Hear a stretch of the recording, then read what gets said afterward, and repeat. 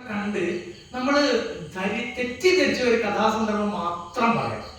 ഈ ദ്രൗപദി ദേവി പഞ്ചാലി എന്നറിയപ്പെടുന്ന പഞ്ചപാണ്ഡവന്മാരുടെ ഏകപത്നി, പഞ്ചപാണ്ഡവന്മാരുടെ ഒരേ ഒരു പത്നി. അപ്പൊ ആ ദ്രൗപദി ദേവി വലിയൊരു കൊട്ടാരം പണി കഴിപ്പിച്ചിട്ട് ദുര്യോധനാദികളെയൊക്കെ അവിടേക്ക് ക്ഷണിക്കുന്നുണ്ട്. ഈ കൊട്ടാരം കാണാൻ വേണ്ടി എല്ലാവരും ക്ഷണിക്കുന്നുണ്ട്. ഇപ്പോഴൊക്കെ അങ്ങനെയാണോ? വലിയൊരു വീടൊക്കെ ഉണ്ടാക്കി കഴിഞ്ഞാൽ എല്ലാവരെയും ക്ഷണിച്ചൊന്ന് കാണിച്ചുള്ളൂ, എന്റെ വീട് ഇങ്ങനെയൊക്കെ ഉണ്ട് എന്നൊക്കെ പറഞ്ഞ് കാണിക്കും. അപ്പൊ അതേപോലെ ഇവര് ക്ഷണിച്ചു എല്ലാവരും വന്ന് കാണുന്നുണ്ട്. ഈ കാണുന്ന സമയത്ത് നമ്മളൊക്കെ കേട്ടതും അറിഞ്ഞതും പഠിച്ചതും സീരിയലുകളിലൂടെ കണ്ട് മനസ്സിലാക്കിയതൊക്കെ തെറ്റിദ്ധാരണാജനകമായ ഒരു സംഭവമാണ്.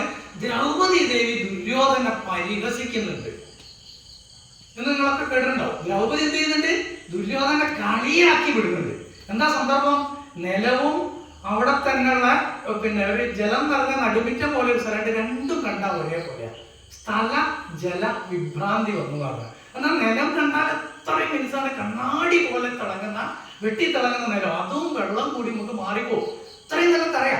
ഈ മിനിസുള്ള തറയെ ചവിട്ടിയപ്പോൾ ദുര്യോധനൻ എന്ത് ചെയ്തു? മുണ്ടൊക്കെ പൊക്കി പിടിച്ച്, വെള്ളമാണല്ലോ, മുണ്ടൊക്കെ പൊക്കി പിടിച്ച് ഇയാളിങ്ങനെ നടക്കുക. അപ്പൊ അത് കാണുമ്പോ അപ്പുറത്ത് ചിരിച്ചു തുടങ്ങി. പിന്നെ കുറച്ച് കഴിഞ്ഞപ്പോൾ എവിടേക്കാൻ പോണേ? അപ്പൊ പിന്നെ ഇയാൾക്ക് തോന്നി ഇത് തറയാണല്ലോ, ഞാൻ ഇതിനകത്തൊക്കെ പൊക്കി പിടിച്ചാൽ സുഖമായിട്ട് അവിടെ നടക്കാൻ തുടങ്ങി. കുറച്ച് കഴിഞ്ഞപ്പോൾ എന്താ സംഭവിച്ചത്? ഒരു നടുമിറ്റം പോലുള്ള സ്ഥലമാണ്, അവിടെ വെള്ളമുള്ളത്.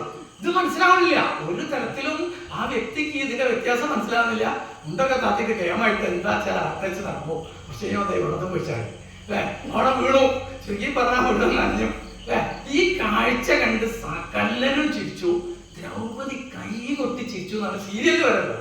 അതിന് ദുര്യോധനെ അങ്ങോട്ട് പരിഹസിച്ചില്ലാണ്ടേ. അന്നത്തെ കാലമാണ് അറിയണം, ഒരു സ്ത്രീയാണ് ഒരു പുരുഷനെ പരിഹസിക്കുന്നത്.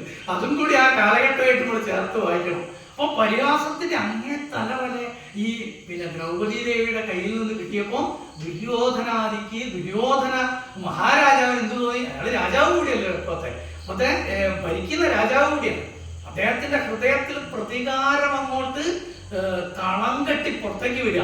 അതിന്റെ തുടർച്ചയാണ് ദ്രൗപദിയുടെ വസ്ത്രാക്ഷേപം എന്നാണ് ഈ സീരിയലുകളൊക്കെ നമ്മളെയും നമ്മളെ കുട്ടികളെയും കാലങ്ങളായിട്ട് പറഞ്ഞു പഠിപ്പിച്ചുകൊണ്ടിരിക്കുന്നത്. ഇത് തെറ്റാണ്. നിങ്ങൾ ഏത് പുസ്തകമാണ് എടുത്ത് വായിച്ചോളൂ, നമ്മുടെ വ്യാസഭാരതത്തിന്റെ മലയാള പരിഭാഷ ലഭ്യമല്ലോ, ഇംഗ്ലീഷ് ട്രാൻസ്ലേഷൻ.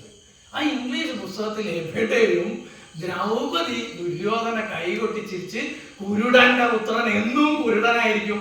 കുരുടന്റെ പുത്രനാണോ അല്ലെ? ധൃതരാഷ്ട്ര പുത്രനാണ് ആര്? ദുര്യോധന. അപ്പൊ കുരുടന്റെ അതും കൂടി പറഞ്ഞു. അയാളെ മാത്രമല്ല, അയാൾ അച്ഛനെ വരെ വിളിച്ചു കുരുടന്റെ പുത്രൻ കുരുടനായിരിക്കും എന്ന് പറഞ്ഞ് കളിയാക്കി എന്നാണ് നമ്മളൊക്കെ കേട്ട് മനസ്സിലാക്കിയത്. ഞാൻ ഈ സന്ദർഭം ഉദ്ധരിക്കാനുള്ള ഒരു കാരണം, രാമായണത്തിൽ ഇത്തരം ചില പ്രശ്നങ്ങൾ ഉണ്ട്. അപ്പൊ അത് നിങ്ങൾ എന്ത് ചെയ്യാത്ത ഇതിന്റെ മൂലകൃതിയുമായിട്ട് കൂടി ഒന്ന് ഒത്തു വായിക്കുന്നത് വളരെ നന്നായിരിക്കും. കാരണം നമ്മളെ പരിഹസിക്കാനുള്ള ഒരു ആയുധം നമ്മൾ ഒരിക്കലും ഇനി ഒരു സമൂഹത്തിനും ഇട്ടുകൊടുക്കില്ല.